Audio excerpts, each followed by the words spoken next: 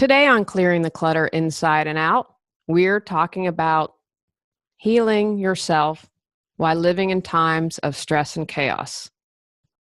Are you someone that always needs to be right, or are you able to see someone else's perspective? Do you lash out at others when life gets crazy? How do you handle stressful situations or when you're scared? Do you find yourself unfriending people who don't share the same opinions as you do on social media? Let's continue our month focusing on fall in this bonus episode. Are you ready to clear your clutter and share your gifts with the world? Every Tuesday at 1 p.m., join me on Clearing the Clutter Inside and Out as I teach you how to navigate the waters to declutter your life, get organized, and become more mindful. I'm an award-winning professional organizer, author, and certified life coach, and I destroy the box and examine clutter in all areas. Every episode, I'll give you take-action steps that you can easily apply to your life. Come on, let's get started. Announcement. It is time for the next mastermind. How to get organized, reduce stress, and stay sane this holiday season. It's going to be starting in November. I'm starting it a couple weeks before Thanksgiving, and I've extended the Facebook support because it's a holiday season. They can be an emotional time for some. They can be a challenging time for some. And so this mastermind will offer support to 40 days. Whenever you sign up for the mastermind, you get the class immediately, even if you sign up before the Facebook support starts. Going to include group coaching again. I'm also going to leave everything up throughout the end of the holidays, throughout the end of December. Even if we don't have live support, you'll be able to access that. I kind of wanted to do the before Thanksgiving and a couple weeks after Thanksgiving. That's why I extended the support 40 days and still allow you to access that even when the support is ended. So you'll have the coaching session, the daily Facebook, if they're saying whatever they are, short little video, you'll have all that. I'd love to have you join the mastermind community. Remember, you have a choice. You can do things like you've always done them, or you can choose to do something different this holiday season. If staying sane and reducing your stress and getting organized and clearing your clutter sounds good, go to reawakenyourbrilliance.com. You'll see the Life Organization tab. Click under there and you'll see Masterminds. All right, on with the show. Today's episode was inspired by a few things. I feel very close to this episode. I know that might sound kind of strange. It has the same passion for me as my February episode on honoring your truth. It was inspired by a few things, mainly what I've seen on social media. I had a friend post on Facebook. She was worried there was going to be a civil war. That really gave me pause. I was surprised that someone could truly believe that, and she's not alone. This is inspired by those keyboard warriors, people who write nasty comments, hiding behind usually an anonymous name, or sometimes they don't hide and are really, hey, this is who I am. Still being mean-spirited, saying awful things. This is about people who always make someone else wrong. If you're using shame a lot, telling others they are wrong, if you have a lot of self-righteousness going on, this episode's for you. I really hope people can support me. And remember, if anything I say upsets you or gets you angry, look within. Because what others do and say is about them, and how you respond is about you. The other day, I wrote something on Facebook, how I do the podcast episodes. I write some stuff out, let them sit, edit. This one has just some ideas down, not a lot of really formed, written out things. Anyway, I posted on Facebook, and people just attacked me. The vitriol coming at me was insane. Now they would say, oh, Julie, no, we just posted blah, blah. Everything's energy, and you don't have to be an expert. You can tell when people are throwing daggers at you, even if the words aren't saying it. Anyway, I posted facts. 2 facts on a Facebook post and everyone went after me. And I'm like, whoa, this is not an opinion. You stated something. I'm sharing facts. Another reason I'm really passionate about talking about today is because we are so close to a tipping point. When we reach it and go over, things are really going to begin to shift.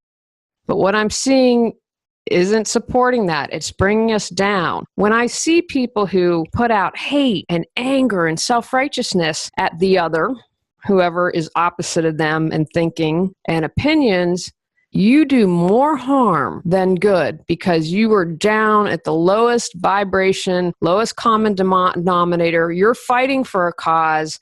Isn't going to help it. It harms it. So what do? Go within. I'm sure I've mentioned this on other episodes, but it's so important now. You want to make a difference? Look at yourself. Clear your inner clutter.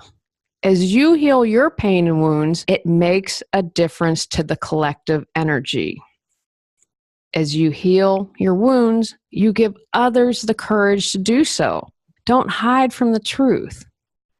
Remember, there are layers to this. I'm still clearing out clutter. I'm probably going to be clearing out inner clutter probably for a zillion years, a million years. I've done a lot of work and it doesn't end. I used to always think there's some end game. I reach this, I'm enlightened. Blah. No, it's continual. It takes work, it takes time, and it takes effort. For some, they quickly change, but for most of us, that's not true. Whenever I see these crazy posts on Facebook or social media, when people are really angry, all I can think is, those are your wounds. Heal your wounds. It's not about anyone else. Where are your wounds? I had a client come to me a few months ago, and I was blown away. They said to me, I'm a mean person. They were embarrassed, and I was beyond impressed. How amazing. They were able to see clearly what wasn't great about them and what they needed to improve. If you're a mean person, that's driven by your wounds. If you can't acknowledge it, you can't change it. Looking at our dark side can be scary. I encourage you to be brave. For my women's group, I am reading The Power of Shakti, 18 Pathways to Ignite the Energy of the Divine Woman, and it's by Padma Ayan Prakash. Hopefully I'm saying that right. If you're watching on YouTube, you'll see a shot of the book. I'm reading this, and for my books for the book club, I don't like to mark up books. Books are sacred to me, and especially books that I read for this club, because every time I read a chapter, I catch something new. And so I had written kind of a draft of this and was rereading this chapter because a lot of times my mentor makes us reread the chapters, and I get it now.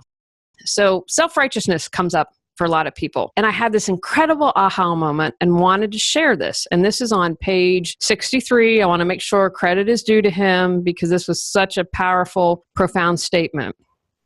Righteousness, or the desire for light to the exclusion of all else, leads to rejection of our own darkness and of lessons we might learn from matter and the subconscious. This misplaced rigidity has led to some of the greatest wars on our planet and the false notions of some religions being better than others. Love includes all in its embrace, regardless of what we are. If you find yourself being self-righteous, again, another clue, we have something here to heal. When we hate another, we have that hate towards ourselves. When we judge another, we judge ourselves.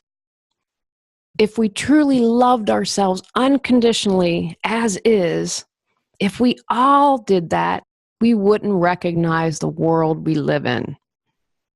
Focus your energy on yourself, not others. If we would spend time improving ourselves, clearing our inner clutter, healing our wounds, everything would change. We wouldn't need to yell at the other person. And remember, as we go up the spiral, as we change the energy, people are automatically, most likely, going to change. It's like when you're in a relationship, and if you start to become healthy, say if you're in an unhealthy relationship, then the person's either going to rise up with you or they're not, and then they're going to be out of your life. I still have some wounds to heal, so that's why I see some of the stuff on Facebook, but not a lot, because I'm continually clearing myself. I'm continually healing my wounds. I'm continuing to work on myself. Confronting our deepest secrets and fears isn't fun. It isn't easy, and it is so worthwhile. In addition to making a difference for all, you make a huge difference for yourself. Happiness is an inside job. Peace is an inside job. Love is an inside job. Hate is an inside job. Fear is an inside job. Anger is an inside job. Doesn't matter who's living in the Oval Office. It doesn't matter who's head of North Korea. That does not affect me. The peace and the happiness I need is within. Yes, could something happen? Absolutely. But I don't focus my energy on that. I keep clearing my stuff to bring more light in the world, to raise the vibration of all. Are you overwhelmed each holiday season? Do you try and stay organized but can't keep up with it all? Would you like to reduce your stress during the holidays instead of having it grow? My proven coaching, training, decluttering, and organizing tips can get you where you need to be quickly. Topics covered include organizing for the holidays, clearing clutter in all areas, including post-holidays, using technology to reduce holiday stress, and going green to save time and money. Go to reawakenyourbrilliance.com under the Life Organization tab, where you'll find masterminds. Hope to see you in our mastermind community. It's like that quote earlier. If people cleared their wounds, we wouldn't have war. I am not perfect. I'm not even close. I fall down, probably most days, and I get back up. I work on myself in some way, shape, or form every single day. I talk a lot about my mentor and coach, as she has been a huge support in this process. Huge. She doesn't let me get away with anything. She tells it like it is, all from a place of love.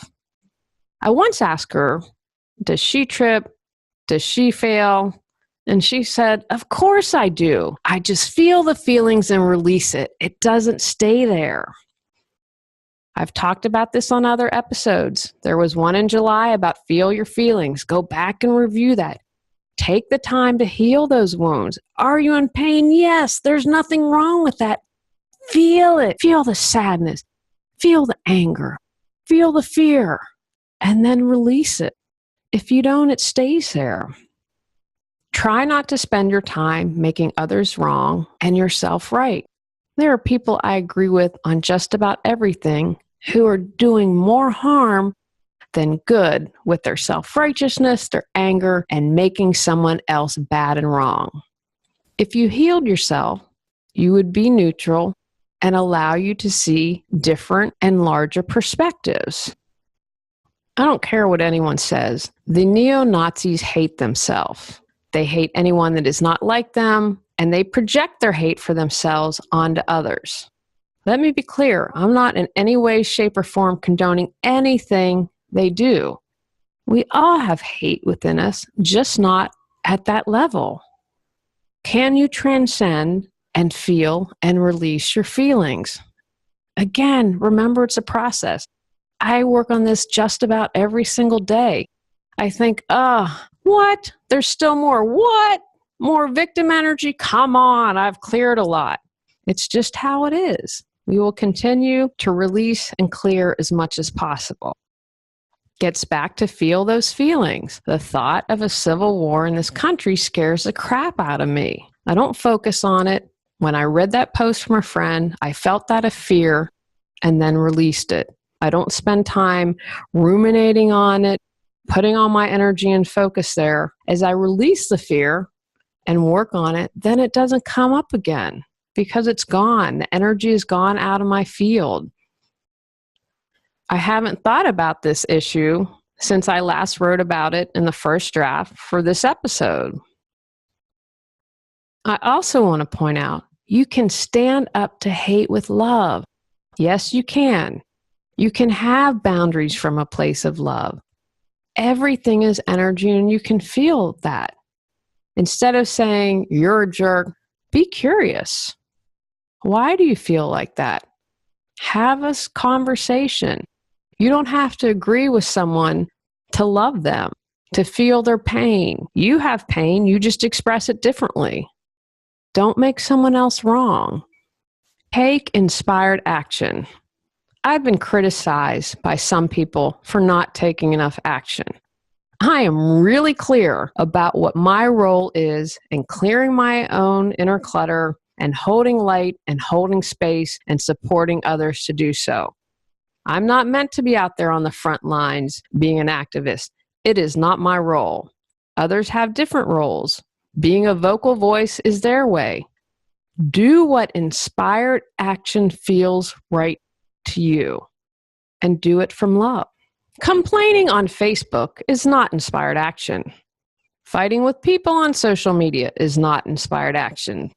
I think somehow we've gotten that kind of jumbled in our mind thinking it is. Every time you don't give a jerky driver the finger, every time you ignore your crappy neighbor and send love instead of hate, every time you choose to do something from love, you are taking inspired action. It doesn't have to be this huge thing. Think about all those times you want to flip someone off. I lived in LA for 10 years. I'm much more calm than I used to be. I don't know how I survived that, but I used to be a super duper cranky driver. Like people are like, whoa, you need to take a chill pill.